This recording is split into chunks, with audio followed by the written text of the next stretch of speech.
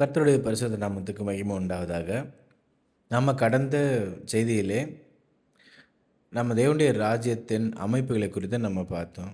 இன்னைக்கு நம்ம பார்க்க போகிறது என்னன்னு பார்த்தீங்கன்னா, ஒரு சீஷன் எப்படி சபைக்குள்ளே அவன் பிரவேசிக்கிறான். அதாவது தேவனுடைய ராஜ்யத்திற்குள்ளே வருவதற்கான தகுதிகள் என்னென்ன என்பதை குறித்து நாம் இன்னைக்கு பார்க்க போகிறோம். மகிமையான தேவனுடைய ராஜ்யத்தில் பிரவேசிப்பது எப்படி? தேவனுடைய ராஜ்யம் என்பது சபைன்னு பார்த்துருக்கோம். அப்போ அந்த சபைக்குள் ஒருவன் பிரவேசிக்க வேண்டுமென்றால் அதற்கான தகுதி என்னன்னு பார்க்கலாம். தேவனுடைய ராஜ்யமாகிய சபையில் பிரவேசிக்க ஒருவன் இயேசு கிறிஸ்துவின் சீஷனாக மாற வேண்டும். ஒருவன் இயேசு கிறிஸ்துவினுடைய சீஷனாக மாறாமல் அவனால் தேவனுடைய ராஜ்யத்திற்குள் பிரவேசிக்க முடியாது. இயேசு கிறிஸ்துவுக்கு சீஷனாவது எப்படி? உலகத்தில் உனக்குரிய சொந்தங்களை வெறுக்க வேண்டும். யாதொருவன் என்னிடத்தில் வந்து தன் தகப்பனையும் தாயையும் மனைவியையும் பிள்ளைகளையும் சகோதரரையும் சகோதரிகளையும் தன் ஜீவனையும் வெறுக்காவிட்டால் எனக்கு சீஷனாக இருக்க மாட்டான். லூக்கா 14:26. இன்றைக்கி நாமெல்லாம் சீஷர்களான்னு சொல்லிட்டு நம்மளையே பரிசோதிக்க வேண்டிய காலகட்டத்தில் இருக்கிறோம். ஏன்னா நாம் இயேசு கிறிஸ்துவுக்கு சீஷனாக இருக்கணும்னா இயேசு கிறிஸ்து சொல்கிறார், யாதொருவன் என்னிடத்தில் வந்து தன் தகப்பனையும் தாயும் மனைவியையும் பிள்ளைகளையும் சகோதரரையும் சகோதரிகளையும் தன் ஜீவனையும் வெறுக்காவிட்டால் அவன் எனக்கு சீஷனாக இருக்க மாட்டான்னு சொல்கிறார். உலகத்தில் உனக்குரிய பொருட்களை எல்லாம் வெறுக்க வேண்டும் என்று சொல்கிறார். முதல்ல என்ன பார்த்தோன்னு பார்த்தீங்கன்னா, உலகத்தில் உனக்குரிய சொந்தங்களை வெறுக்க வேண்டும் என்று சொல்லுகிறார். அடுத்து பார்த்தீங்கன்னா, உலகத்தில் உனக்குரிய பொருட்களை எல்லாம் வெறுக்க வேண்டும் என்றும் சொல்லுகிறார். அப்படியே உங்கள் எவனாகிலும் தனக்கு உண்டானவைகளை எல்லாம் வெறுத்து விடாவிட்டால் அவன் எனக்கு சீஷனாக இருக்க மாட்டான். லூக்கா 14:33. இங்கே பாருங்கள், அவர் தனக்கு உண்டானவைகளை அதாவது எவனாகிலும் தனக்கு உண்டானவைகளை எல்லாம் பாருங்கள், தனக்கு உண்டானவைகளை எல்லாம் ஒரு சீஷன் என்ன பண்ணணும்? வெறுத்துடணும்னு சொல்கிறார். இப்படிப்பட்டவர்கள் தான் சீஷர்களாக மாறி, இதையெல்லாம் செய்தவர்கள் சீஷர்களாக மாறி சபைக்குள் பிரவேசிக்க தகுதியானவர்களாக மாறுகிறார்கள். பிதாவைப் போல பூரண சர்க்குணராய் இருக்க வேண்டும், அதாவது மாற வேண்டும். ஆகையால் பரலோகத்தில் இருக்கிற உங்கள் பிதா பூரண சர்க்குணராய் இருக்கிறது போல நீங்களும் பூரண சர்க்குணராய் இருக்க கடவீர்கள். அதற்கு இயேசு, நீ பூரண சர்க்குணனாய் இருக்க வேண்டும் என்று சர்க்குணனாய் இருக்க விரும்பினால் போய் உனக்கு உண்டானவைகளை விற்று தரித்திரருக்கு கொடு, அப்பொழுது பரலோகத்தில் உனக்கு பொக்கிஷம் உண்டாயிருக்கும், பின்பு என்னை பின்பற்றி வா என்றார். அப்போ நாம் இயேசு கிறிஸ்துவை பின்பற்றி வர்றதுக்கு முன்பாக நாம் செய்ய வேண்டிய காரியம் என்னன்னு பார்த்தீங்கன்னா, பிதாவை போல பூரண சர்க்குணனாய் இருக்க வேண்டும் என்று விரும்பினால் உனக்கு உண்டானவைகளை விற்று தரித்திரருக்கு கொடு. தன் ஜீவனை ரட்சிக்க விரும்புகிறவன் அதை இழந்து போவான். என் நிமித்தமாக தன் ஜீவனை இழந்து போகிறவன் அதை ரட்சித்து கொள்ளுவான். அப்படின்னா ஒரு சீஷன் தன் குடும்பத்தையும் தனக்குள்ள எல்லாவற்றையும் வெறுத்து தன் ஜீவனையும் இழந்து போக வேண்டும் என்று இந்த இடத்துல சொல்லப்படுகிறது. அப்படின்னா தன் ஜீவனை ரட்சிக்க விரும்புகிறவன் என்றால், தன் ஜீவன் என்பதற்கு நம்முடைய உயிரை மட்டும் இல்லை, நம்முடைய சொத்து பணம் நமக்கு உண்டானவைகளை எல்லாமே நாம் இழந்துட்டாலே நம்முடைய ஜீவனை இழந்துட்டோன்னு அர்த்தம். அப்போ தன் ஜீவனை ரட்சிக்க வகை தேடுகிறவன் அதை இழந்து போவான், அதை இழந்து போகிறவன் அதை உயிர்ப்பித்துக் கொள்ளுவான் என்று லூக்கா புத்தகம் 17:33 சொல்கிறார். இப்படி செய்வதனால் அவனுக்கு கிடைக்க போகும் பலன் என்ன? யார்? அந்த சீஷனுக்கு கிடைக்க போகிற பலன் என்ன? அவன் கிறிஸ்துவின் சீஷனாக மாறி இழந்த எல்லாவற்றையும் திரும்ப பரிசுத்தமாக தேவனுடைய ராஜ்யத்தில் பெற்றுக்கொள்வான். பாருங்கள், கர்த்தர் நம்மகிட்டேருந்து எல்லாத்தையும் வாங்கிக்கிறவர் மட்டும் இல்லை, எல்லாவற்றையும் வெறுத்துட்டு வான்னு சொன்னாலும் சரி, நீ இழந்த எல்லாவற்றையும் அவர் மீண்டும் உங்களுக்கு இரட்டத்தனையாக கொடுக்கிறவராக இருக்கிறார். இதில் பாருங்கள், அதற்கு இயேசு பிரதியுத்தரமாக, என் நிமித்தமாகவும் சுவிசேஷத்தின் நிமித்தமாகவும் வீட்டையாவது சகோதரரையாவது சகோதரிகளையாவது தகப்பனையாவது தாயையாவது மனைவியாவது பிள்ளைகளையாவது நிலங்களையாவது விட்டவன் எவனும் இப்பொழுது இம்மையிலே துன்பங்களோடே கூட 100 தனியாக வீடுகளையும், நான் தப்பாக சொல்லிட்டேன் போல, இரட்டத்தனையாக இல்லை 100 தனியாக வீடுகளையும் சகோதரரையும் சகோதரிகளையும் தாய்களையும் பிள்ளைகளையும் நிலங்களையும் மறுமையிலே நித்திய ஜீவனையும் அடைவான் என்று மெய்யாகவே உங்களுக்கு சொல்கிறேன், மெய்யாகவே உங்களுக்கு சொல்கிறேன் என்று இயேசு கிறிஸ்து சொல்லியிருக்கிறார். மார்க்கு 10:30. பாருங்கள், இந்த இடத்துல இம்மையிலே அதிகமானவைகளையும், மறுமையிலே நித்திய ஜீவனையும் அடையாமற் போவதில்லை என்று மெய்யாகவே உங்களுக்கு சொல்கிறேன் என்றார். இது எப்படி சாத்தியமாகும்னு நம்ம யோசிச்சு பாருங்களேன். அன்னைக்கு சீஷர்கள் என்ன செஞ்சாங்கன்னா, ஆ அப்போஸ்தலனாகிய பேதுரு கூட என்ன சொல்றாருன்னா, "ஆண்டவரே அப்படின்னா பணக்காரர்கள் தேவனுடைய ராஜ்யத்தில் பிரவேசிக்க முடியாது அப்படின்னா, நாங்க எல்லாவற்றையும் விட்டு உம்மை பின்பற்றினோமே" அப்படின்னு சொல்லிட்டு என்ன பண்றாரு கேட்குறாரு. அதற்கான பதிலாக தான் இந்த இடத்துல இந்த காரியத்தை இயேசு கிறிஸ்து சொல்கிறார். "நீங்க விட்ட எல்லாத்தையும் என்ன பண்ணுவீங்க? திரும்ப பெற்றுக்கொள்வீர்கள்ன்னு" சொன்னாரு. அவர் சொன்னபடியே அவர் மரித்து உயிர்த்தெழுந்து போன பின்பு முதலாவது சபை ஸ்தாபிக்கப்படுகிற பொழுது, அங்கே முதலாவது 3000 பேர் ரட்சிக்கப்படுகிறார்கள். எவ்வளவு எத்தன பேர இவங்க இழந்திருந்தாலும், என்ன இவங்க பேதுரு வந்து ஒரு வீட்ட இழந்திருக்கலாம். ஆனா, இங்க 3000 வீடுகள் அவருக்கு கிடைத்திருக்கிறது. அ 3000 பெற்றோர்கள் அவருக்கு கிடைத்திருக்கிறார்கள். 3000 சகோதர, சகோதரிகள் கிடைத்திருக்கிறார்கள். யோசித்து பாருங்களேன். இது நம்ம நினைக்கிற மாரி கிடையாது. இது தேவன் சொன்ன காரியத்தை அவர் அப்படியே நிறைவேற்றுகிறவரா இருக்கிறார். அந்த சீஷர்கள் விசுவாசித்து செய்த காரியத்த அப்படியே தேவன் தான் கொடுத்த வாக்குத்தத்தத்தை நிறைவேற்றுகிறவராய் இருக்கிறார். எனக்குரியதை எல்லாம் வெறுத்து நான் யாரிடம் கொடுக்க வேண்டும்? பாருங்க இந்த இடத்துல அந்த நாம ஒரு சீஷனா மாறும்பொழுது, நம்ம எல்லாத்தையும் வெறுத்துடணும்னு பார்த்தோம். நமக்கு உண்டானவைகள் எல்லாத்தையும் வெறுத்துடணும்னு பார்த்தோம். அப்போ நம்ம வெறுத்த காரியத்தை யாரிடத்தில் கொடுக்க வேண்டும்? அதற்கு இயேசு, "நீ பூரண சற்குணனாய் இருக்க விரும்பினால், போய் உனக்கு உண்டானவைகளை விற்று" யாருக்கு கொடுன்னு சொல்றாரு பாருங்க. "தரித்திரருக்கு கொடு. அப்பொழுது பரலோகத்தில் உனக்கு பொக்கிஷம் உண்டாயிருக்கும். பின்பு என்னை பின்பற்றி வா." அப்போ யாருக்கு கொடுக்கணும்னா, தரித்திரருக்கு கொடுக்கணும். அப்படின்னா யார் அந்த தரித்திரர்கள்? அப்பொழுது அவர் தம்முடைய சீஷர்களை நோக்கி பார்த்து, "தரித்திரராகிய நீங்கள் பாக்கியவான்கள். தேவனுடைய ராஜ்யம் உங்களுடையது." பாருங்க. யார தரித்திரர்ன்னு சொல்றாருன்னா, தம்முடைய சீஷர்களை பார்த்து தரித்திரர்ன்னு சொல்லுறாரு. ஏனென்றால், நல்லா கவனிச்சு பார்த்தீங்கன்னா தெரியும். இந்த கட்டளை அவங்களுக்கு மட்டும் இல்ல. எல்லா சீஷர்களுக்கும் பொருந்தும் இல்லையா? அப்போ எல்லா சீஷர்களும் என்ன செஞ்சாங்கன்னு பார்த்தீங்கன்னா, அவர் அவர் சொன்ன காரியத்த தான் என்ன பண்ணாங்க? செஞ்சாங்க. அப்ப ஏற்கனவே தன்னுடைய சக சீஷர்களுக்காக தரித்திரரானவர்கள், தரித்திரராகவே இருக்கிறாங்க. அப்போ அவங்களுக்கு நாம நம்முடைய ஜீவன குடுக்கணும்னு சொல்றாரு. அடுத்து பார்த்தீங்கன்னா, தேவனுடைய ராஜ்யத்தை உடைய தரித்திரர்களாகிய சீஷர்களின் சபையிலே கொடுக்க வேண்டும். அப்போ தேவனுடைய ராஜ்யத்தை உடைய தரித்திரர்களாகிய சீஷர்களின் சபையிலே கொடுக்க வேண்டும் என்று இங்கே சொல்கிறார். ஏன் அப்படி செய்ய வேண்டும்? உங்களுக்கு உண்டானவைகளில் பிச்சை கொடுங்கள், அப்பொழுது சகலமும் உங்களுக்கு சுத்தமாயிருக்கும். லூக்கா 11:41. பாருங்க, நமக்குள்ளது எல்லாமே இன்னைக்கு எப்படி இருக்குன்னு பார்த்தீங்கன்னா, அசுத்தமானதா இருக்கிறது. அவைகள் எல்லாம் பரிசுத்தமாகணும்னா, நமக்கு உண்டானவைகளை என்ன பண்ணுங்க? பிச்சை கொடுக்கிற பொழுது, அது எல்லாம் பரிசுத்தமாகும் என்று இந்த இடத்துல சொல்கிறார். அப்போ உங்களுக்கு உள்ளவைகளை விற்று பிச்சை கொடுங்கள். பழமையாய் போகாத பணப்பைகளையும், குறையாத பொக்கிஷத்தையும் பரலோகத்திலே உங்களுக்கு சம்பாதித்து வையுங்கள். அங்கே திருடன் அணுகுகிறதும் இல்லை, பூச்சி கெடுக்கிறதும் இல்லை. பாருங்க, சபையில வந்து யாராவது திருட முடியுமா யாராச்சும்? அப்போ பரலோகம்னு சொல்றது, சபையே பரலோக ராஜ்யத்துக்கு ஒப்பிட்டு இந்த இடத்துல சொல்றாரு பாருங்க. உங்களுக்கு உள்ளவைகளை விற்று பிச்சை கொடுங்கள். பழமையாய் போகாத பணப்பைகளையும் நம்ம பேங்க்ல என்ன பண்ணுவோம்? பணம் வச்சிருப்போம். நம்ம பார்த்தா பேங்க்ல கொஞ்சம் கொஞ்சமா அவங்க எடுத்துட்டே இருப்பாங்க. அதே சமயத்தில பார்த்தீங்கன்னா, நம்ம நகை பொருள் வச்சிருப்போம். அதோட மதிப்பு கூடும் குறையும். ஆனா, பூமியிலே உங்கள் பொக்கிஷம் என்ன பண்ணாதீங்க? சேர்த்து வைக்காதீங்க. பரலோக ராஜ்யத்தில உங்கள் பொக்கிஷத்தில என்ன பண்ணுங்க? சேர்த்து வைங்கன்னு சொல்றாரு. அப்ப பழமையாய் போகாத பணப்பைகளையும் உங்க பர்ஸ் குறையக்கூடாதுன்னா, குறையாத பொக்கிஷத்தையும் பரலோகத்திலே உங்களுக்கு சம்பாதித்து வையுங்கள். அங்கே திருடன் அணுகுறதும் இல்லை, பூச்சி கெடுக்கிறதும் இல்லைன்னு சொல்லுது. அப்போ உங்கள் பொக்கிஷம் எங்கே இருக்கிறதோ, அங்கே உங்கள் இருதயமும் இருக்கும்.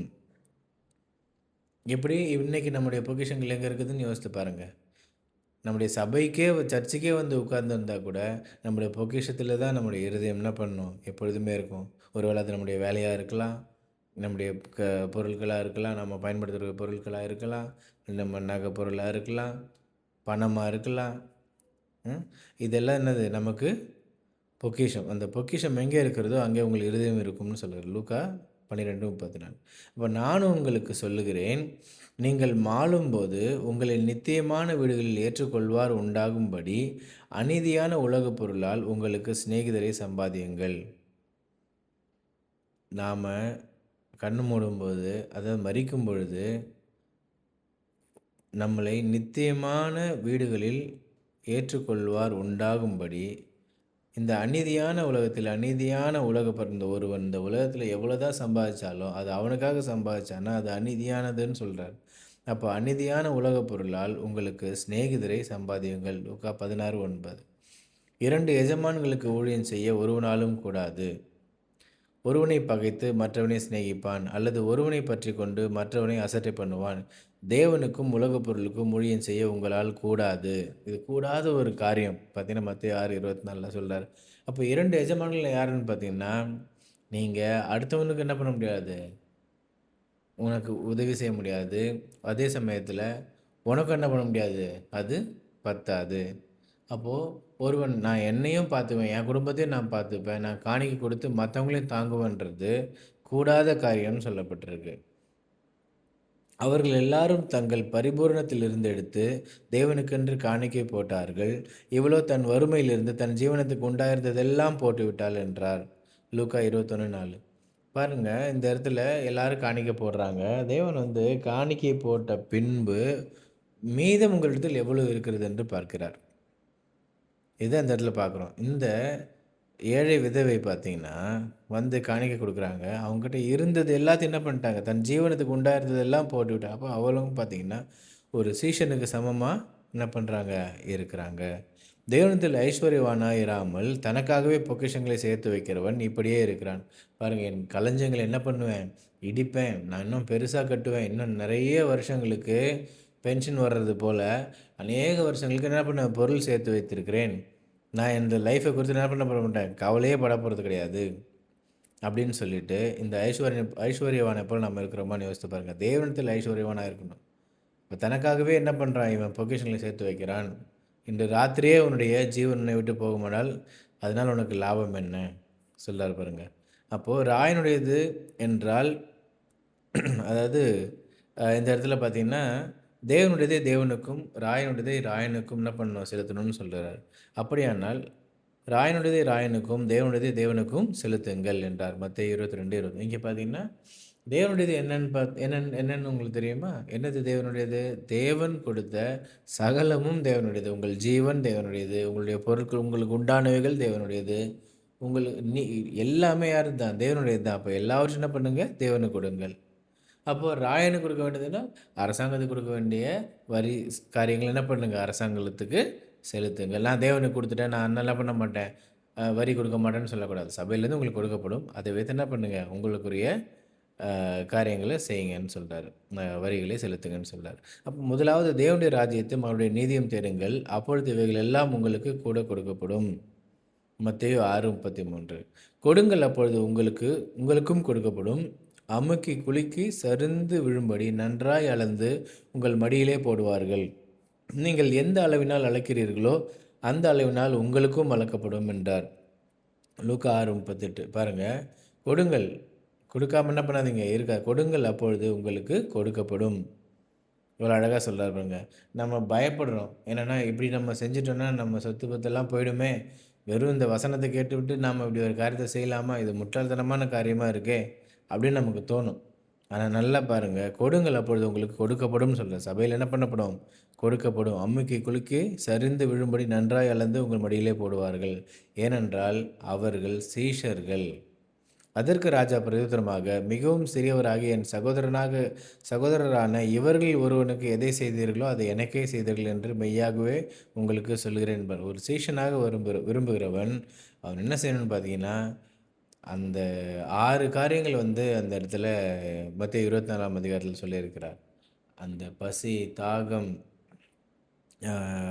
நிர்வாணம், உடை, இப்படி தனிமையாக இருக்குது, வீடு இல்லாமல் இருக்குது, வீட்டில் தேவையான நமக்கு தேவையான பொருட்கள் இல்லாமல் இருப்பது, இது எல்லா காரியத்தையும் ஒரு சீஷன் என்ன பண்ணணும், அதை சந்திச்சாகணுன்ற விஷயத்தை நம்ம இந்த இடத்துல பார்க்குறோம். அப்போ ஒருவனுக்கு நீங்கள் எதை இது யாருக்கு செய்யணும்னு பார்த்தா, நம்ம சபையில் 1 யோவான் புத்தகத்தில் 3ஆம் அதிகாரத்தில் என்ன சொல்லப்பட்டிருக்குன்னா, உங்களுடைய சகோதரர்கள் என்ன பண்ணணும்? உங்களுடைய ஜீவனை கொடுக்கணும்னு சொல்லப்படுது. சகோதரர் யாருன்னு பார்த்தீங்கன்னா, நம்ம சபைக்கு வருகிற சக விசுவாசிகள் நம்முடைய சகோதரர்கள்.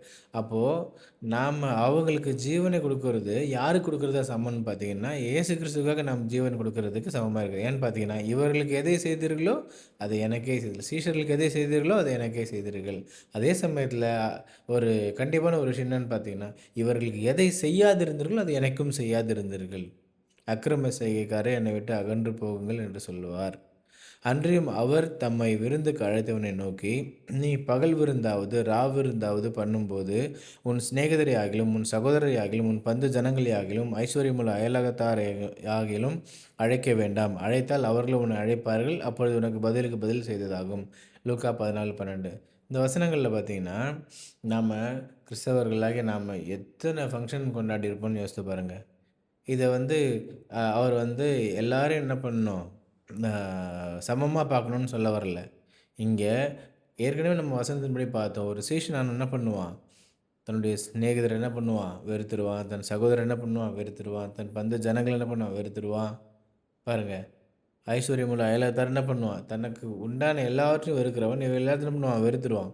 அதனால அவன் யாரையும் அழைக்கப்படுறது கிடையாது. அப்ப அழைக்க வேண்டியவர்கள்னு சொல்லிட்டு பார்த்தீங்கன்னா, குருடர்கள், சப்பாணிகள், ஏழைகள், அ தரித்திரர்கள் இவங்கள தான் என்ன பண்றாரு அப்போ சபையில தான் அவனுடைய விருந்து கொண்டாட்டங்கள் இருக்கணும்னு சொல்ல வர்றாரு. அது பகல் விருந்தா இருந்தாலும் சரி, ராவு விருந்தா இருந்தாலும் சரி. அப்போ நாம வேதத்துக்கு விரோதமா நாம் எப்படிப்பட்ட காரியங்கள் நாம எவ்வளோ விருந்துகள் கொண்டாடுகிறோம், எவ்வளோ கொண்டாட்டங்கள், விசேஷங்கள் வைத்து என்ன பண்ணுறோம் நாம கொண்டாடுறோம். ஆனால் நம்ம அழைக்க வேண்டியவர்கள் யாருன்னு பாருங்க. ஆனால் நம்ம அழைக்கக்கூடாதுன்னு சொன்னவர்களை அழைச்சிட்டு நம்ம விருந்து கொண்டாடுபவர்களா இருக்கிறோம். பள்ளங்கள் எல்லாம் நிரப்பப்படும், சகல மலைகளும் குன்றுகளும் தாழ்த்தப்படும், கோணலானவைகள் செவ்வையாகும், கரடானவைகள் சமமாகும் என்றும். பாருங்க, எல்லா இடத்துலையும் பார்த்தீங்கன்னா தேவன் சமநிலையே விரும்புகிறார். இங்கே ஏற்றத்தாழ்வுன்றது என்ன பண்ணக்கூடாது, இருக்கவே கூடாது. அதுவும் வெளியில் இருக்கலாம், ஒரு புறஜாதிகள் மத்தியில் இருக்கலாம். ஆனால் சபைக்குள்ளே எப்படி இந்த ஒரு ஏற்றத்தாழ்வு இருக்கலான்னு கொஞ்சம் யோசித்து பாருங்கள். அப்போ அவர்களுக்கு அவன் பிரதியுத்தரமாக, 2 அங்கிகளை உடையவன் இல்லாதவனுக்கு கொடுக்கிறவன். நீங்க பார்த்தீங்கன்னா, யோவான் ஸ்நானகன் வந்து தேவனுடைய ராஜ்யத்தை குறித்து பிரசங்கிக்கும் பொழுது, அங்க எல்லாரும் கேட்குறாங்க, நாங்க என்ன செய்யணும்? நாங்க என்ன செய்யணும்னு கேட்குறாங்க. அப்பவும் கூட பார்த்தீங்கன்னா, தேவனுடைய ராஜ்யத்தை குறித்து சொல்லும்பொழுது, 2 அங்கிகளை உடையவன் இல்லாதவனுக்கு கொடுக்க கடவன். ஆகாரத்தை உடையவனும் அப்படியே என்ன பண்ண கடவன், செய்ய கடவன் சொல்றாரு பாருங்க. அவரும் கூட இந்த விஷயத்தையே என்ன பண்றாரு? வெளிப்படுத்துகிறார். மனுஷர் உங்களுக்கு எப்படி செய்ய வேண்டும் என்று விரும்புகிறீர்களோ, அப்படியே நீங்களும் அவர்களுக்கு செய்யுங்கள். இது பிரதானமான கட்டளை. நியாயப்பிரமாணம் முழுதும் இதில அடங்கியிருக்கு. இப்ப ஏன்னா, நான் நான் என்ன விரும்புகிறேன்னு பார்த்தீங்கன்னா, மத்தவங்க எல்லாரும் எனக்காக தன் ஜீவனையே கொடுத்து என்ன காப்பாத்தணும்னு நான் விரும்புகிறேன் அப்படின்னா, நான் மத்தவங்களுக்காக என்னுடைய ஜீவனையே கொடுத்து அவங்கள நான் காப்பாத்துறவனா இருக்கணும். அப்பொழுது இயேசு தம்முடைய சீஷர்களை நோக்கி, ஐஸ்வர்யவான் பரலோக ராஜ்யத்தில் பிரவேசிப்பது அரிதென்று மெய்யாகவே உங்களுக்கு சொல்கிறேன். பாருங்க, ஒருவன் வந்து ஐஸ்வர்யவானாகவே என்ன பண்ண முடியாது, பரலோக ராஜ்யத்தில் பிரவேசிக்க முடியாது. ஏனென்றால் அவன் தரித்திரன் ஆக வேண்டும். இன்னைக்கு எத்தனையோ பேர் ஐஸ்வர்யவான்கள் என்ன பண்ணுறாங்க, சபைக்குள்ள பிரவேசிக்கிறாங்க. அதை யாரும் என்ன பண்ணுறது கிடையாது, கேட்குறதே கிடையாது. ஏன்னா அங்கே தரித்திரர்கள் இருக்கிறாங்க, ஐஸ்வர்யவான்கள் இருக்கிறாங்க. எப்படி ஒருவன் ஐஸ்வர்யவானா சபைக்குள்ளே இருக்க முடியும்? அப்போ ஏன்னா அவன் ஏன் ஐஸ்வர்யவானா இருக்க முடியாதுன்னா, பக்கத்தில் இன்னொரு சீஷன் எப்படி இருக்கிறான், தரித்திரனா இருக்கிறானே. அப்போ ஐஸ்வர்யவான் பரலோக ராஜ்யத்தில் பிரவேசிப்பது அரிதென்று மெய்யாகவே உங்களுக்கு சொல்கிறேன். ஒருவன் தன் குடும்பத்தை வெறுப்பதனால் ஏற்படும் விளைவுகள் என்ன? இப்போது ஒருவன் சீஷனாக மாறும்பொழுது அவனுக்கு தன்னுடைய சொந்த ஜனங்களால் மிகப்பெரிய ஒரு வருத்தம் உண்டாகிறதை நம்ம இங்கே பார்க்கிறோம்.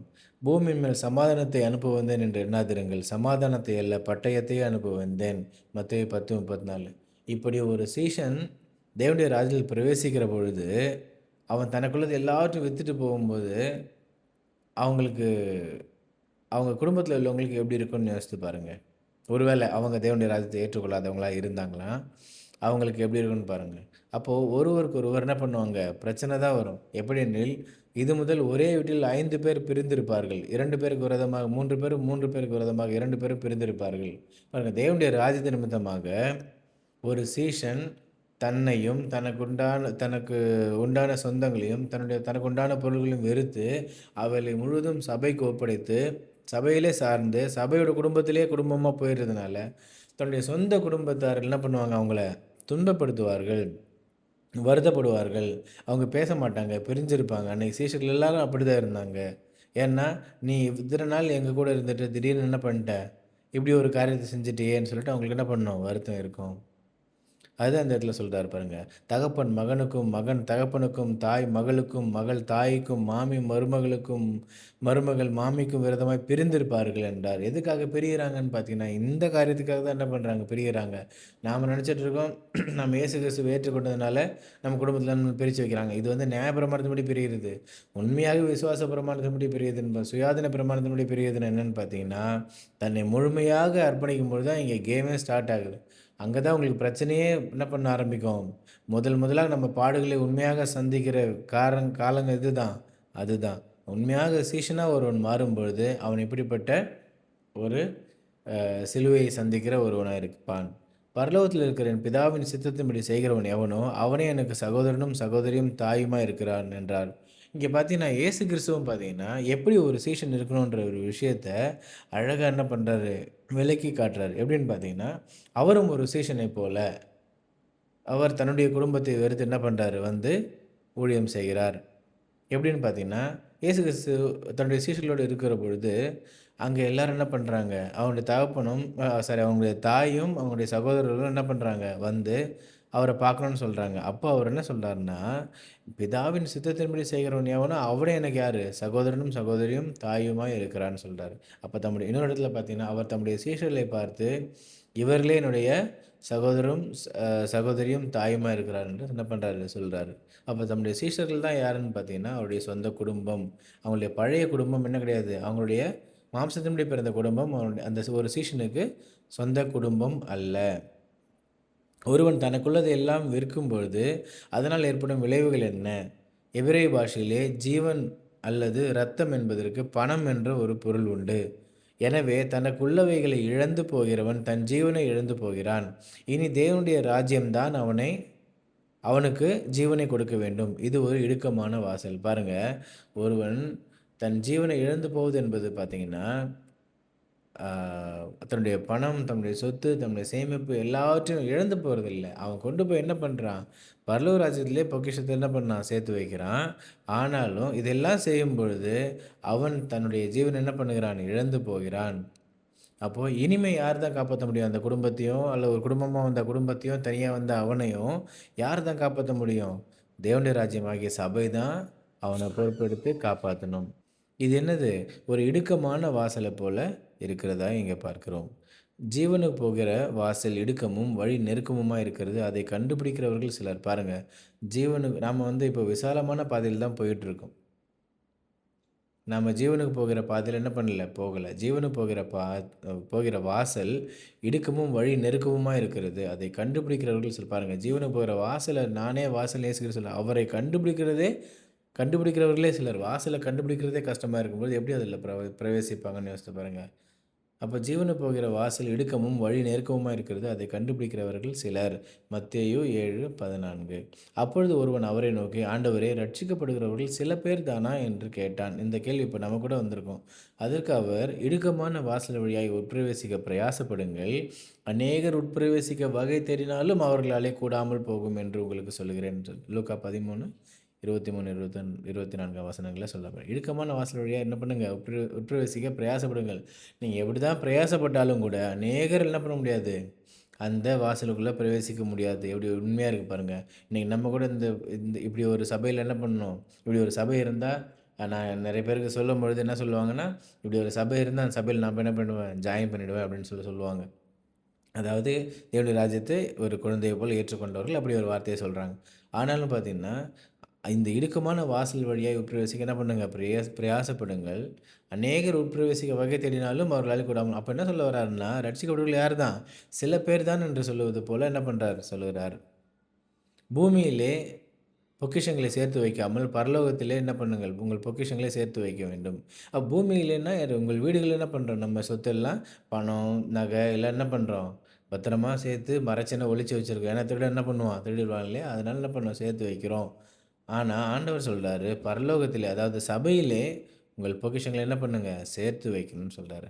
அப்ப பூமியில உங்களுக்கு பொக்கிஷங்களை சேர்த்து வைக்க வேண்டாம். அப்ப இங்கே பூச்சியும் துருவும் அவைகளை கெடுக்கும். இங்கே திருடரும் கன்னமிட்டு திருடுவார்கள். மத்தேயு 6:19 பாருங்க. பூமியில என்ன பண்ணும்? உங்களுடைய பொக்கிஷங்களை சேர்த்து வைக்க வேண்டாம்னு சொல்றாரு. நாம சேர்த்து வச்சுட்டு, திருடன் வந்து ஒரு கிறிஸ்தவருடைய வீட்ல என்ன பண்ணிட்டான்? கொள்ளடிச்சுட்டு போயிட்டான்னு சொன்னா, இது எப்படி இருக்குன்னு யோசிச்சு பாருங்க. அவர் என்ன சொல்லியிருக்கிறாரு? பூமியில உங்களுக்கு பொக்கிஷங்களை சேர்த்து வைக்க வேண்டாம். எங்க சேர்க்கணும்? பரலோக ராஜ்யத்தில என்ன பண்ணணும்? உங்கள சேர்த்து வைக்கணும்னு சொன்னா, இப்படி ஒரு சம்பவம் நடக்கும்போது அதுக்கு பொறுப்பு யாரு தான்? நாம தான். பரலோகத்திலே உங்களுக்கு பொக்கிஷங்களை சேர்த்து வையுங்கள். அங்கே பூச்சியாவது, துருவாவது கெடுக்கிறதும் இல்லை. அங்கே திருடர் கன்னமிட்டு திருடுகிறதும் இல்லை.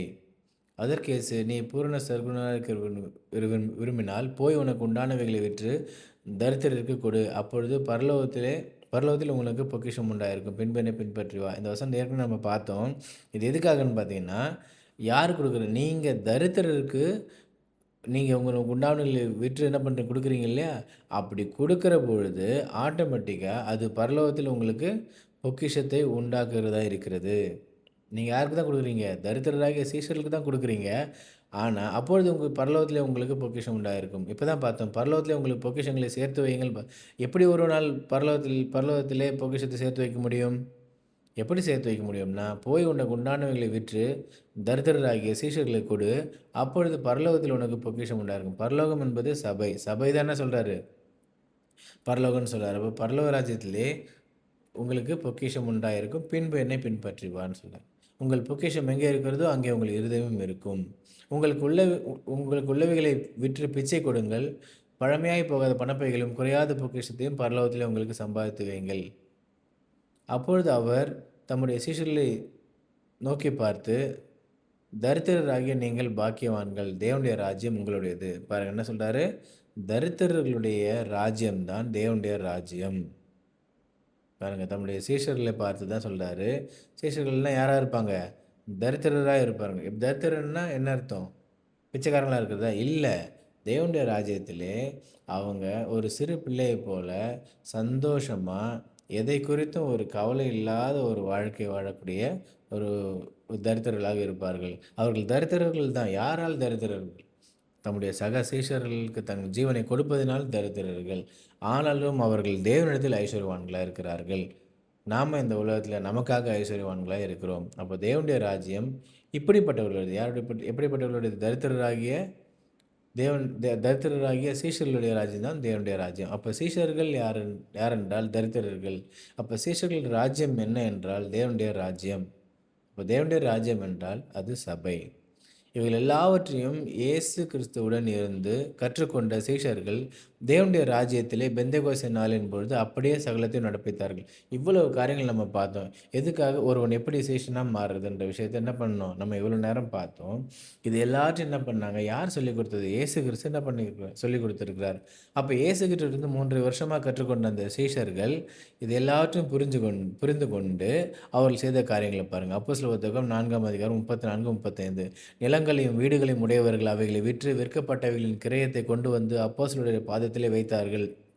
அவனவனுக்கு தேவையானதற்கு தக்கதாய் பகிர்ந்து கொடுக்கப்பட்டது. அவர்களில் ஒருவனுக்கும் ஒன்றும் குறைவாய் இருந்தது. இவர்கள் தரித்திரர்கள்தான். ஆனாலும் அவர்கள் ஒருவனுக்கும் ஒன்றும் குறைவாய் இருந்ததில்லைன்னு சொல்லப்பட்டிருக்கு. இப்போ இதுவரைக்கும் நம்ம இந்த அப்போஸ்தலர் புத்தகம் 1ஆம் அதிகாரத்திலிருந்து 6ஆம் அதிகாரம் வரைக்கும் நம்ம வாசித்திருப்போம். ஆனா, எதுக்காக சீஷர்கள் இப்படி ஒரு காரியத்தை செஞ்சாங்கன்னு நம்ம நிறைய நேரம் ஆராயறதுக்கு என்ன பண்ணியிருப்போம்? தவறியிருப்போம். நல்லா கவனிச்சு பாருங்க. இங்கே நிலங்களையும் வீடுகளையும் உடையவர்கள் அவைகளை விற்று விற்கப்பட்டவைகளின் கிரயத்தை கொண்டு வந்து அப்போஸ்தலருடைய இவர்கள் யாருன்னு பார்த்தீங்கன்னா, சீஷர்களாய் மாறுகிறவர்கள்.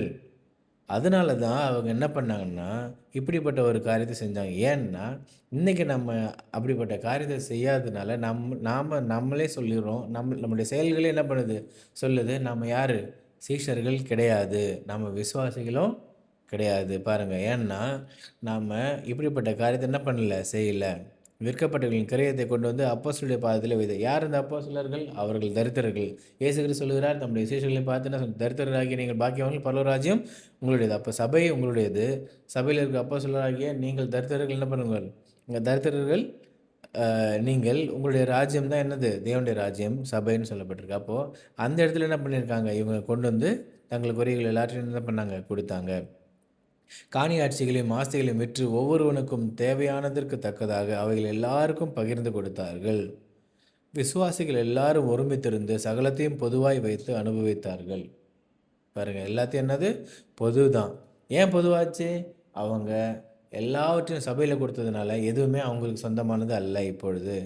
அதனால் சபையிலிருந்து அவங்களுக்கு கொடுக்கப்பட்டதுனால அது சொத்து முழுவதும் யாருடையது? சபையோடதாய் மாறிவிட்டது. விசுவாசிகளாகிய திரளான கூட்டத்தார் ஒரே இருதயமும் ஒரே மனமுள்ளவர்களாக இருந்தார்கள். எப்படி இந்த ஒரே மனமும் ஒரே இருதயம் வந்துச்சுன்னு பார்த்தீங்கன்னா, அங்கே சுத்தமாக ஏற்றத்தாழ்வு என்பது கிடையவே கிடையாது. எல்லாரும் கிறிஸ்துவுக்குள் மரித்தவர்கள், எல்லாரும் கிறிஸ்துவுக்குள் உயிர் தெழுந்திருப்பவர்கள். பாருங்க, எல்லாரும் சமமா இருந்தாங்க. இங்க ஒரு ஏற்றத்தாழ்வு என்பதே கிடையாது. அதனால எல்லாருடைய இருதயமும் ஒரே இருதயமாய் மாறிப்போனது. அவர்கள் ஒரே இருதயமும் ஒரே மனமுள்ளவர்களாய் இருந்தார்கள். ஒருவனாகிலும் தனக்குள்ளவைகளில் ஒன்றையும் தன்னுடையதென்று சொல்லவில்லை. சகலமும் அவர்களுக்கு பொதுவாய் இருந்தது. பாருங்க, ஸ்தேவானை கொலை செய்கிறதுக்கு இங்கே இன்னொரு ஒரு மனம் ஒன்று உருவாகுது. அது தீமை செய்வதற்கான ஒரு மனம். அந்த ஒரு மனம் தான் இன்றைக்கு நம்முடைய சபைகளும் நம்முடைய வீடுகளும் என்ன பண்ணுது இருக்குது. நம்ம நன்மை செய்கிறதுக்காக ஒருமனப்படுறதில்ல, தீமை ஆனால் இங்கே பாருங்கள், இந்த சீஷர்கள் விசுவாசிகளாகிய திரளான கூட்டத்தார் ஒரே இருதயமும் ஒரே மனமுள்ளவர்களாக இருந்தார்கள். நாம் காரர்கள் என்பதுக்கு எடுத்துக்காட்டு, நம்ம எல்லாரும் என்ன பண்ணுறோம்? ஒரே வெள்ளை ட்ரெஸ்ஸு போட்டு வந்தால், யூனிஃபார்மாக போட்டு வந்தால் நம்ம ஒரு மனமாயிடுவோமா?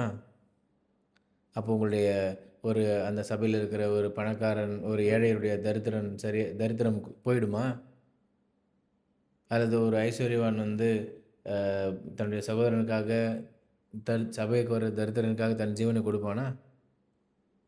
பாருங்கள்.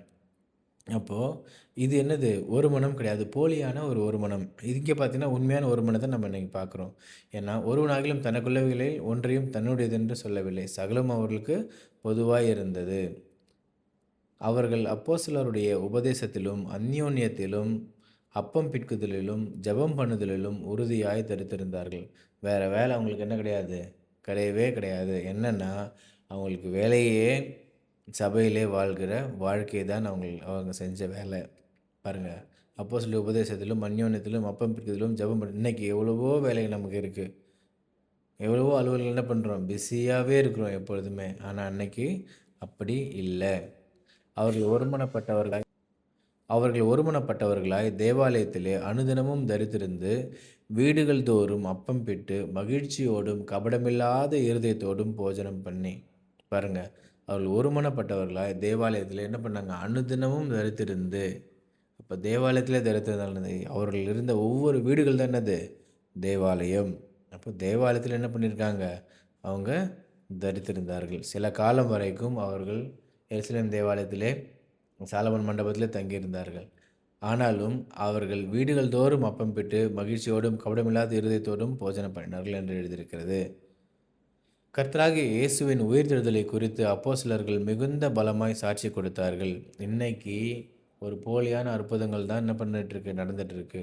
உண்மையான ஒரு எழுப்புதலை, உண்மையான ஒரு சாட்சியை, தேவனுடைய சாட்சியை பலமாய் சாட்சி கொடுக்குற காரியத்தை நம்ம என்ன பண்ணல, இதுவரை பார்க்கல. அவர்கள் எல்லார் மேலும் பூரண கிருபை உண்டாயிருது. இவர்கள் பூரண சர்க்குணராய் இருந்ததினால் அவர்கள் மேல் தேவனுடைய பூரண கிருபை பூரண கிருபைனா பூரண அன்பு உண்டாயிருந்தது. அங்கே ஒரு குறையும் இல்லை. அப்போஸ்தலர் 4:33. எல்லாருக்கும் பயம் உண்டாயிற்று. பாருங்கள், இப்படிப்பட்ட காரியத்தை செஞ்சு ஒரே குடும்பமாக பயங்கரமாக இருக்கிற பொழுது, அங்கே எல்லாரும் தேவனுடைய அற்புத அடையாளங்கள் நடக்கிற பொழுது அங்கே எல்லாருக்கும் என்ன பண்ணோம்? பயம் உண்டாகும். என்ன பயம் அது? நாமளும் பரிசுத்தமான இடத்துக்கு பிரவேசிக்கிற பொழுது அசுத்தமானவர்களுக்கு எப்படி இருக்கும்? பயமாக இருக்கும். அப்போ எல்லாருக்கும் பயம் உண்டாயிற்று.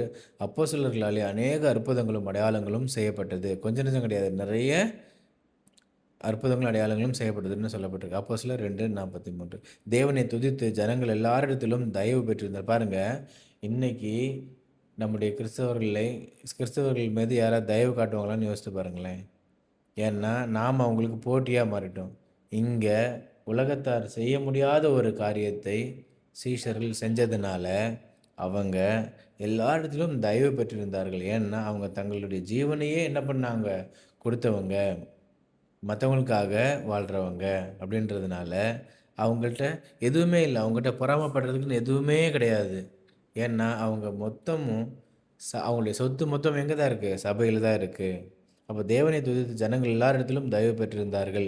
ரட்சிக்கப்படுகிறவர்களை கர்த்தர் அனுதினமும் சபையிலே சேர்த்து கொண்டு வந்தார். பாருங்க, இயேசு கிறிஸ்து சொல்றாரு யோவான் புத்தகத்தில், நீங்கள் சீஷர்களாகி நீங்கள் ஒருவருள் அன்புள்ளவர்களாக இருந்தால் நீங்கள் என்னுடைய சீஷர்கள் என்று மற்றவங்க என்ன பண்ணுவாங்க? அறிந்து கொள்வார்கள்னு சொல்றார்.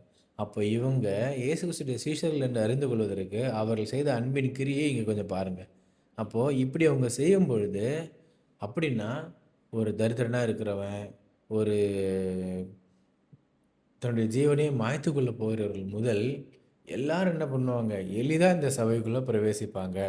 இப்படி ஏன்னா அந்த சபைக்குள்ளே வருகிறவன் அவன் வாழ்நாள் முழுவதும் 1 நாள் 2 நாள் ஒரு இன்சூரன்ஸ் இல்லை. அவன் தன்னுடைய மரண காலம் வரைக்கும் அவனுக்கு சகலமும் சபையிலேருந்து கொடுக்கப்படும். இப்படிப்பட்ட ஒரு ஸ்லாகி. அப்படி தரித்திரர்கள் எவ்வளோ எளிதாக இந்த சபைக்குள்ளே பிரவேசிப்பார்கள் பாருங்கள். அதனால தான் இயேசு கிறிஸ்து சொல்லுகிறார், உங்களுக்கு முன்பாக பாவிகளும் தரித்திரர்களும் விபச்சாரக்காரர்களும் வேசிகள் என்ன பண்ணுறாங்க? யாரெல்லாம் அதிகமாக பாவம் செஞ்சான்னு நினைக்கிறாங்களோ, அதிகமான குற்ற உணர்ச்சி யாரெல்லாம் இருக்குதோ அவங்களாம் என்ன பண்ணுறாங்க? எளிதாக என்ன பண்ணுறாங்க? இந்த சபைக்குள்ளே பிரவேசித்து ஆபிரகாம், ஈசாக்கு, யாக்கோபு என்பவரோட பந்தி இருக்கிறார்கள்னு சொல்லப்பட்டிருக்கு பாருங்கள். அப்படிப்பட்டவர்களுடைய தேவனுடைய பிள்ளைகளோட அவர்களுக்கு பங்கு இருக்கிறது. ஆனால் மற்றவர்கள் என்ன பண்ணாங்க? பயந்துட்டு உள்ளே வர துணியவில்லை. ஏன்னா அந்நிய சப்பிரால் போல அவர்கள் பொய் சொல்லுவதற்கு காத்திருந்ததுபடியினால் அவர்களை போல நாமும் அழிஞ்சு போயிடுவோம்னு சொல்லிட்டு பயந்துட்டாங்க. ஆனாலும் பார்த்தீங்கன்னா, தேவனை துதித்து ஜனங்கள் எல்லாரிடத்திலும் தயவு பெற்றிருந்தார்கள். ரட்சிக்கப்படுகிறவர்களை கர்த்தர் அனுதினமும் சபையிலே சேர்த்துக் கொண்டார். இவங்களுடைய வேலை என்னன்னு பார்த்தீங்கன்னா, இப்படி ஒரு வாழ்க்கை முறையை வாழ்கிறது தான் இவங்களுடைய வேலை. இதை பார்த்து ரட்சிக்கப்படுகிறவர்களை கர்த்தர் என்ன பண்ணார்? அனுதினமும் சபையிலே சேர்த்து கொண்டு வந்தார். தேவனை துதித்து ஜனங்கள் எல்லாரிடத்திலும் தயவு பெற்றிருந்தார்கள். ரட்சிக்கப்படுகிறவர்களை கர்த்தர் அனுதினமும் சபையில் சேர்த்து கொண்டு வந்தார்.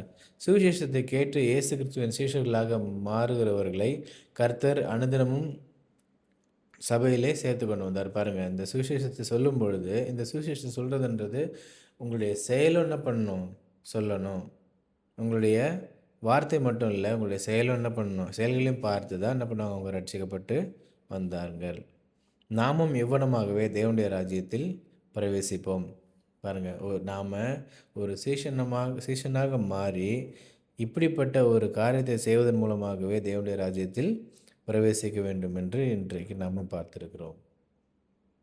நாம் ஒரு சீஷனாக மாறாமல் இன்றைக்கி ரொம்ப எளிதாக சொல்லிடலாம், நான் ஒரு விசுவாசி அப்படின்னு நம்ம சொல்லிடலாம்.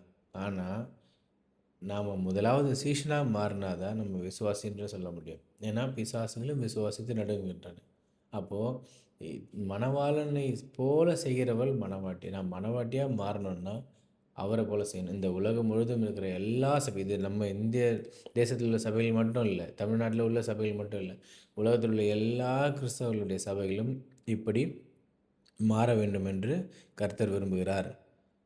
இந்த கடைசி சான்ஸ் என்ன பண்ணுறார்? தேவன் கொடுக்குற இந்த கடைசி நாட்களிலே தம்முடைய பிள்ளைகளில் யாரும் என்ன பண்ணக்கூடாது? அழிந்து போகக்கூடாது என்பதற்காக இந்த காரியத்தை இந்த தேவன் நமக்கு வெளிப்படுத்தியிருக்கிறார். கர்த்தர் தாமே இந்த வார்த்தைகளை ஆசீர்வதிப்பாராக. நாமும் ஒரு சீஷராக மாறி இந்த சபைக்குள் பிரவேசிப்போம். ஆமென்.